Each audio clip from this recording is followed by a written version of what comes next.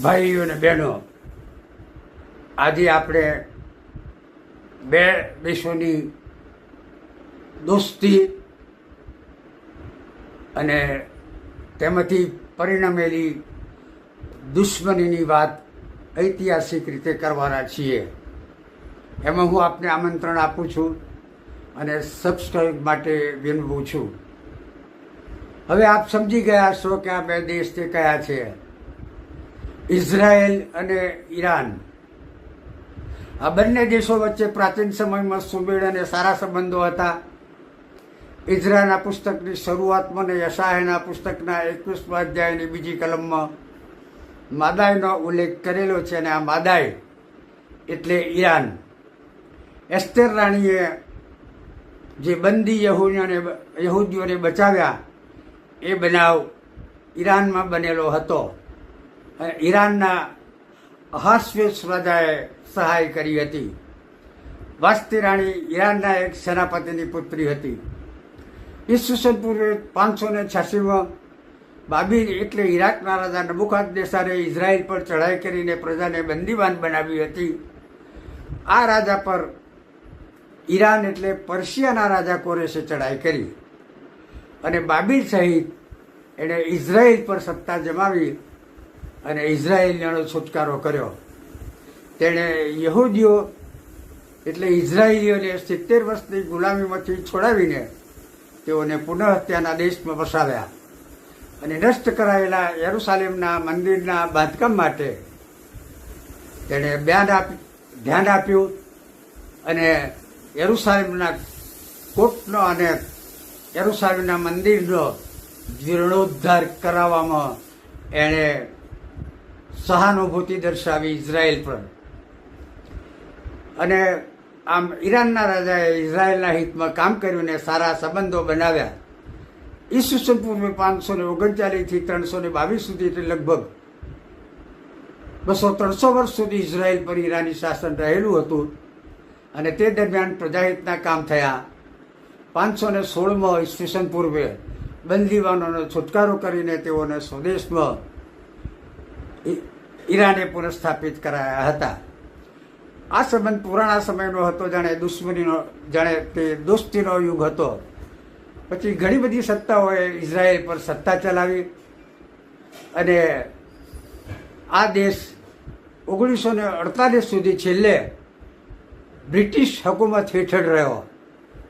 રાષ્ટ્રસંઘના ઠરાવ અનુસાર 14મી મે 1948ના રોજ તેને સ્વતંત્ર રાષ્ટ્ર તરીકે ઇઝરાયલને ઘોષિત કરવામાં આવ્યું.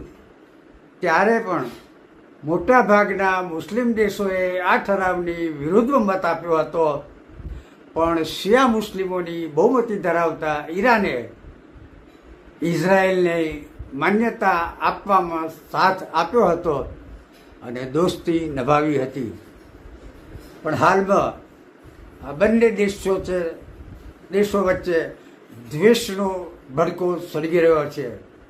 આ સમયમાં જ્યારે શરૂઆત થઈ યુદ્ધની ત્યારે યહૂદી પાસખાનો તહેવાર હતો. મુસ્લિમોનો રમઝાન શરૂ હતો. હિન્દુઓની હોળી અને ધૂળેટીના પર્વો હતા. ખ્રિસ્તીઓ લેન્ટના ઉપવાસ અને પ્રાર્થનામાં પ્રવૃત્ત થતા. આવા ધાર્મિક પર્વોના પ્રસંગની એસી કરીને ઇઝરાયલ અને ઈરાને પોતાના ખાડા ખખડાવ્યા. મિસાઇલો ઝઝુમી રહી. ગામનગરો સળગી રહ્યા. પ્રજા ત્રાસી ગઈ.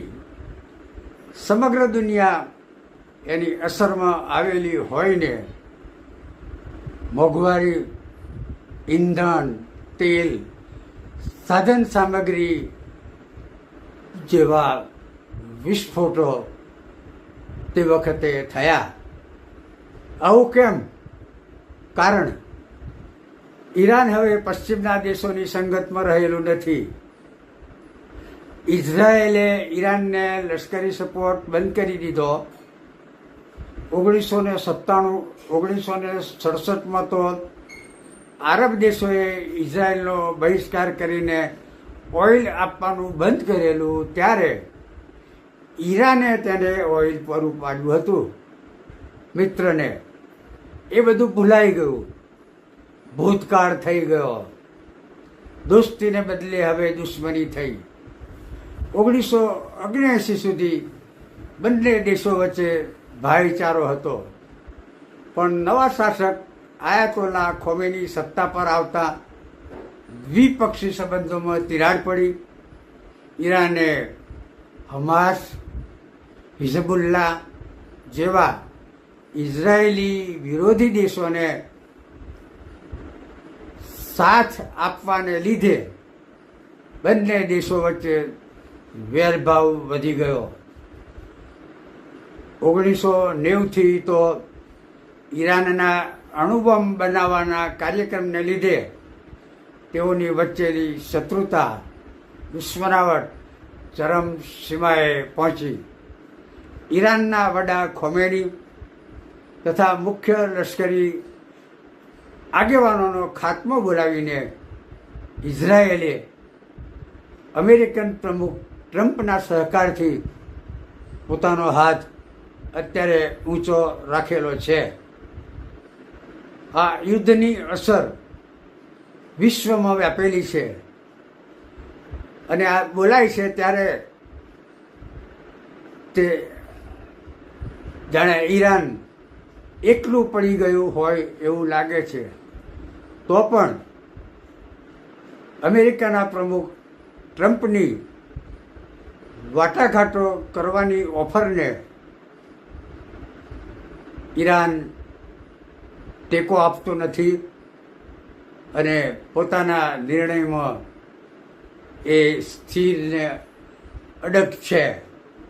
પડશે એવા દિવસે વાટાઘાટો કરવાને માટે એ તૈયાર નથી.